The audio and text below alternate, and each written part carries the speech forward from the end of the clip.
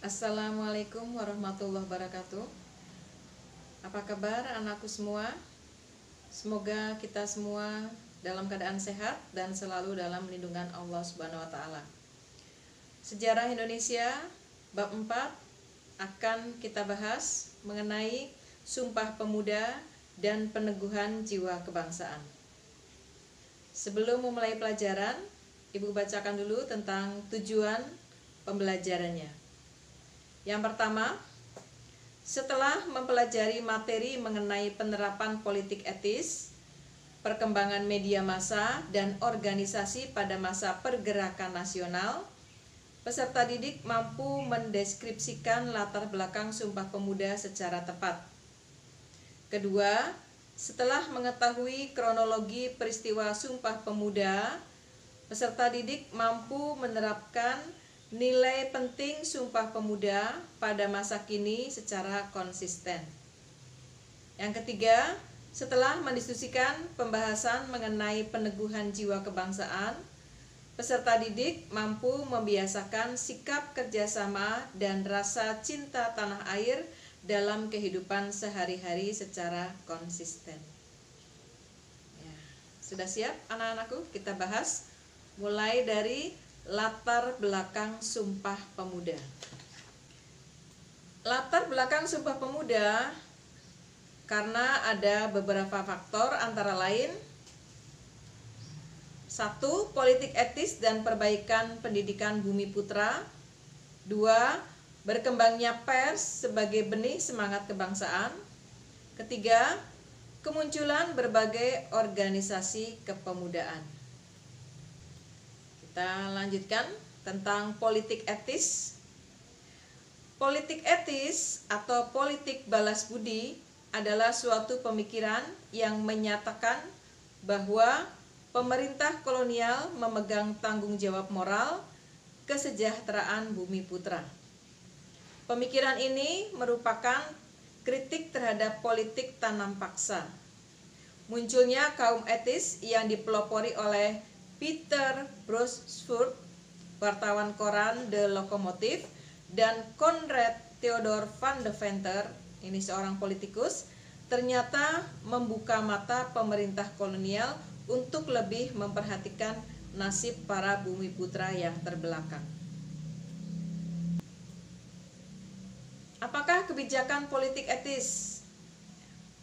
Pada tanggal 17 September 1901, Ratu Belanda yaitu Wilhelmina yang baru naik tahta menegaskan dalam pidato pembukaan Parlemen Belanda bahwa pemerintah Belanda mempunyai panggilan moral dan hutang budi atau eersschuld terhadap bangsa Bumi Putra di Hindia Belanda.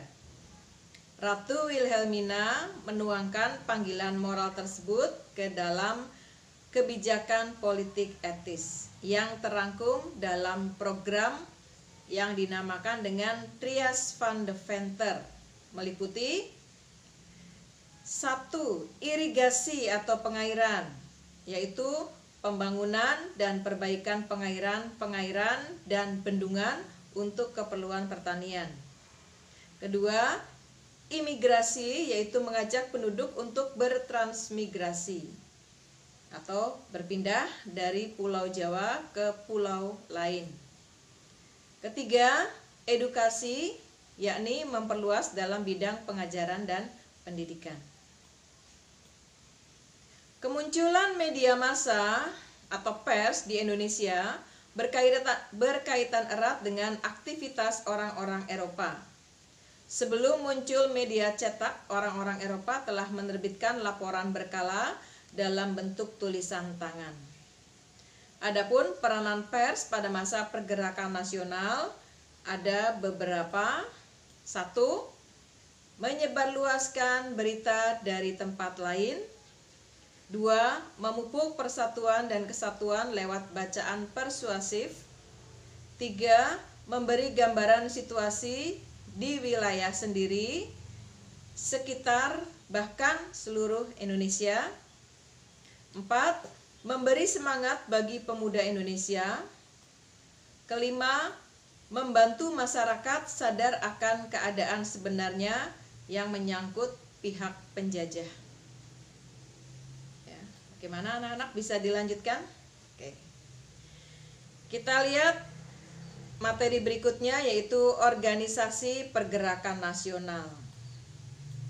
Kalian sudah tahu tentang Budi Utomo yang hari kelahirannya kita peringati sebagai Hari Kebangkitan Nasional. Ya, kita lihat Budi Utomo. Organisasi ini berawal dari gerakan Dr. Wahidin Sudirohusodo yang berkeliling Jawa untuk mensosialisasikan pentingnya pendidikan. Selain mensosialisasikan pendidikan, terdapat pula dana pendidikan untuk mereka yang kurang mampu. Dana pendidikan tersebut disebut dengan studi fund. Kemudian pada tahun 1907 terjadi pertemuan antara Dr. Wahidin Sudirohusodo dengan Sutomo, seorang mahasiswa Stovia. Sutomo tertarik dengan gagasan Dr. Wahidin Sudirohusodo, lalu mendirikan organisasi Budi Utomo pada tanggal 20 Mei 1908. Organisasi ini merupakan organisasi pertama yang didirikan oleh bangsa Indonesia dan beranggotakan mahasiswa Stovia. Berdirinya organisasi ini merupakan tonggak awal kebangkitan nasional, sehingga hari lahirnya Budi Utomo ditetapkan sebagai Hari Kebangkitan Nasional. Berlanjut dengan Sarekat Islam.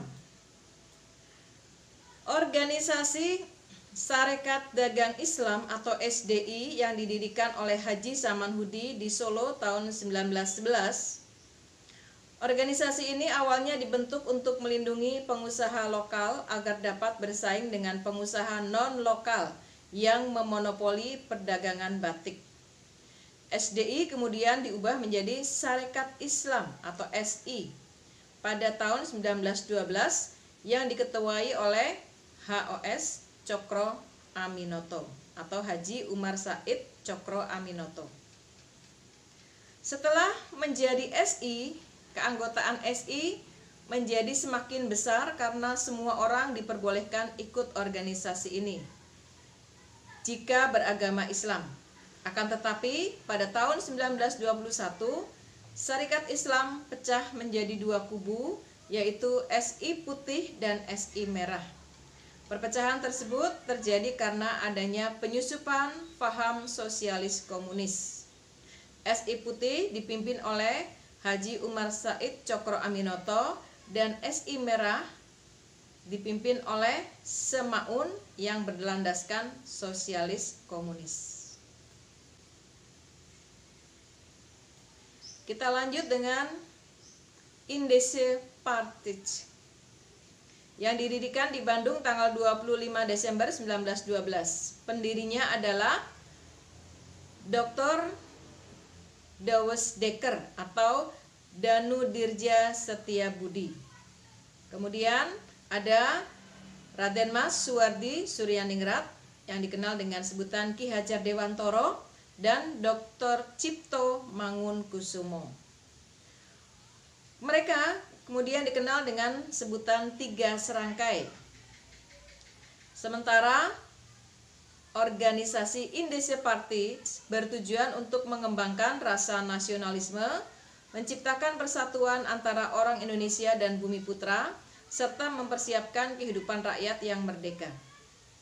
Organisasi ini adalah organisasi politik yang berani mengkritik pemerintah kolonial Belanda.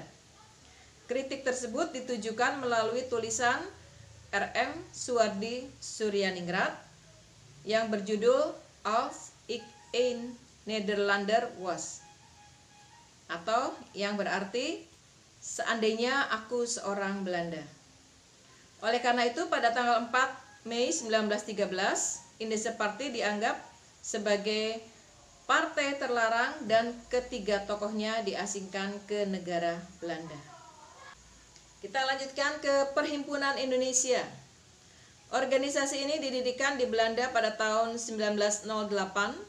Awalnya organisasi ini diberi nama Indese Vereniging oleh Sultan kesayangan dan Raden Mas Noto Suroto.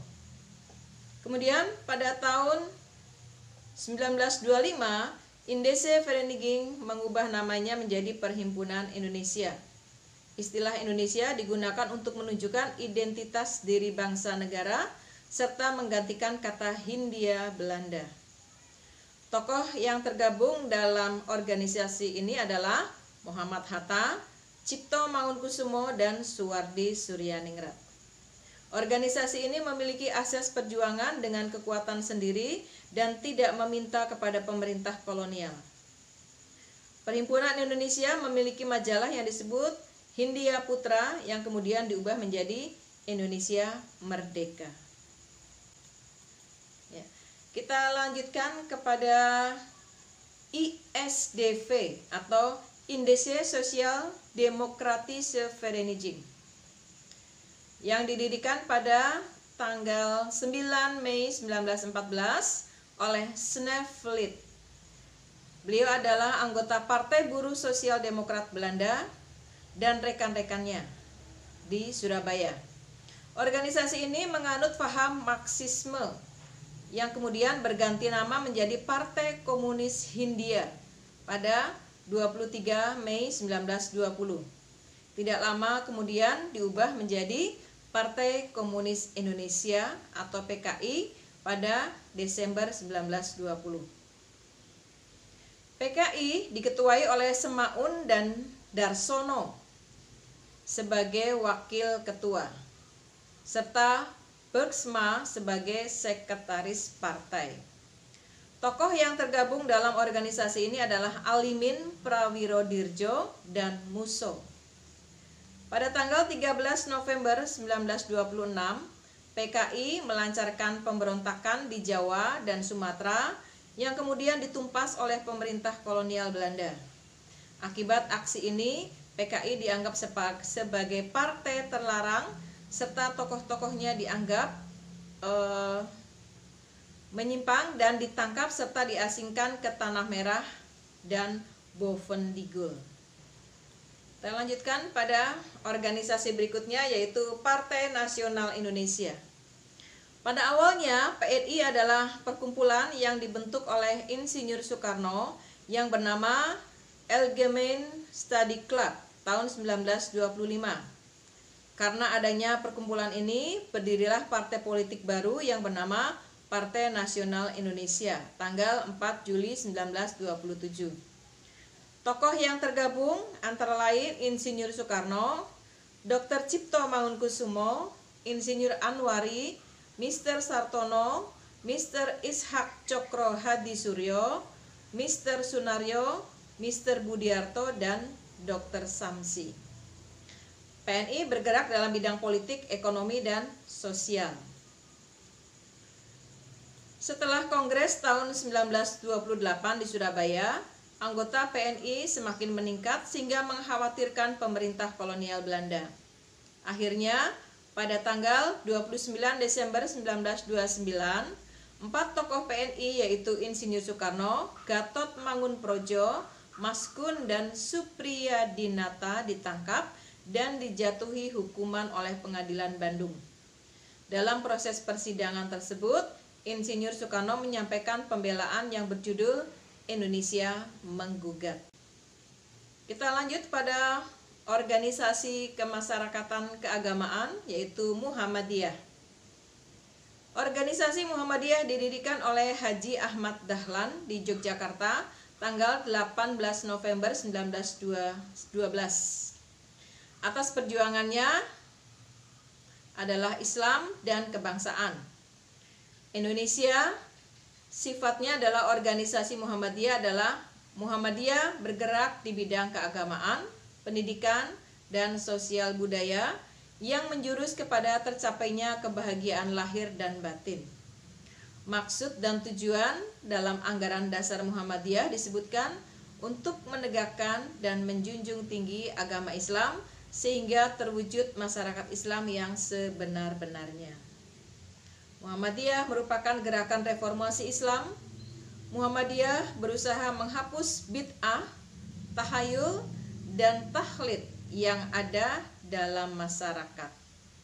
Muhammadiyah berani melahirkan pikiran yang sehat dan murni dengan dasar Al-Quran dan hadis. Di antara sekian usaha dalam Muhammadiyah, yang paling menonjol adalah bidang pendidikan dan sosial. Kita lanjutkan ke Nahdlatul Ulama. Nahdlatul Ulama atau NU didirikan oleh Kiai Haji Hasyim Asy'ari di Surabaya pada tanggal 21 Januari 1926. Beliau adalah pengasuh pondok pesantren Tebu Ireng. Asas NU adalah Islam dan kebangsaan Indonesia. NU bersifat non-politik dan bergerak di bidang agama, pendidikan, sosial, dan budaya. Tujuan Nahdlatul Ulama adalah menegakkan syariat Islam berdasarkan mazhab Syafi'i.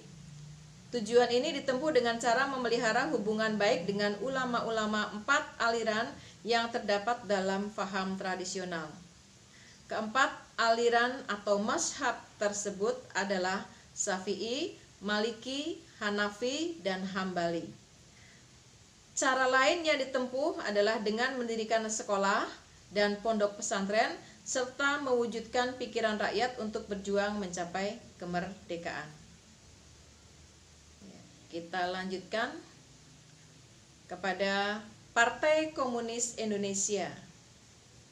PKI merupakan sebuah partai politik yang saat ini sudah bubar.